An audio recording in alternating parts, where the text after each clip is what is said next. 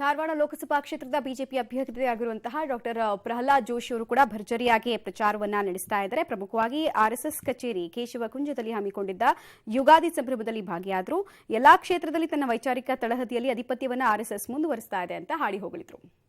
ಇವತ್ತು ಯುಗಾದಿಯ ಸಂಭ್ರಮ ಆರ್ಎಸ್ಎಸ್ ಕಚೇರಿಯಲ್ಲೂ ಕೂಡ ಇವತ್ತು ಯುಗಾದಿಯನ್ನು ಸೆಲೆಬ್ರೇಟ್ ಮಾಡಲಾಯಿತು. ಇದಕ್ಕೆ ವಿಶೇಷವಾಗಿ ಆರ್ಎಸ್ಎಸ್ ಒಂದು ಪೋಷಾಕಿನಲ್ಲಿ ಕೇಂದ್ರ ಸಚಿವರಾದಂಥ ಪ್ರಹ್ಲಾದ್ ಜೋಶಿ ಅವರು ಭಾಗವಹಿಸಿದ್ರು. ಸೊ ಅವ್ರನ್ನ ಮಾತಾಡಿಸ್ತೋಗೋಣ. ಸರ್, ಇವತ್ತಿನ ಒಂದು ವಿಶೇಷತೆ ಏನಿತ್ತು ಕಚೇರಿಯಲ್ಲಿ? ಮೊದಲನೇದಾಗಿ ನಾಡಿನ ಜನತೆಗೆ ಯುಗಾದಿ ಹಬ್ಬದ ಶುಭಾಶಯವನ್ನು ಕೋರ್ತಾ ಇದ್ದೇನೆ. ವಿಶೇಷತೆ ಅಂದರೆ ರಾಷ್ಟ್ರೀಯ ಸ್ವಯಂ ಸೇವಕ ಸಂಘದ ಸಂಸ್ಥಾಪಕ ಡಾಕ್ಟರ್ ಕೇಶವ್ ಬಲಿರಾಮ್ ಹೆಡ್ಗೇವಾರ್ ಅವರು, ಅವ್ರನ್ನೆಲ್ಲರನ್ನೂ ಡಾಕ್ಟರ್ ಜಿ ಅಂತ ಕರಿತೀವಿ. ಅವರ ಜನ್ಮ ದಿವಸವೇ ಯುಗಾದಿ.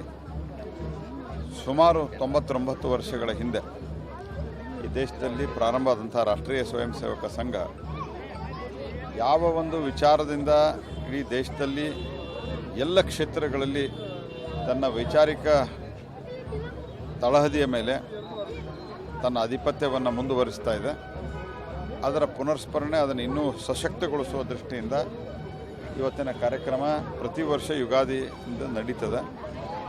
ಆ ಯುಗಾದಿ ಕಾರ್ಯಕ್ರಮ ಸಂಘದ ಕಡೆಯಿಂದ ನಡೆದಿದ್ದರಲ್ಲಿ ನಾನು ಇವತ್ತು ಭಾಗಿಯಾಗಿದ್ದೇನೆ. ಮತ್ತು ಇದು ಪ್ರತಿ ವರ್ಷ ನಾನು ಭಾಗಿಯಾಗೋದರಿಂದ ನನ್ನ ದೃಷ್ಟಿಯಿಂದ ಅಂಥ ವಿಶೇಷತೆ. ಸರಿ, ಆರ್ಎಸ್ಎಸ್ ಒಂದು ಸಂಘಟನೆ ಕುರಿತು ಇದನ್ನು ಕಾಂಗ್ರೆಸ್ ನಾಯಕರು ಇರ್ಬೋದು, ಹಲವಾರು ನಾಯಕರು ಹಲವಾರು ರೀತಿ ಹೇಳ್ತಾರೆ. ಯಾಕೆ ಸರ್ ಅಷ್ಟು ಸಿಟ್ಟು, ಅಥವಾ ಆ ಒಂದು ಆರ್ಎಸ್ಎಸ್ ಸಂಘಟನೆ ಕಂಡ್ರೆ ಯಾಕೆ ಅಷ್ಟು?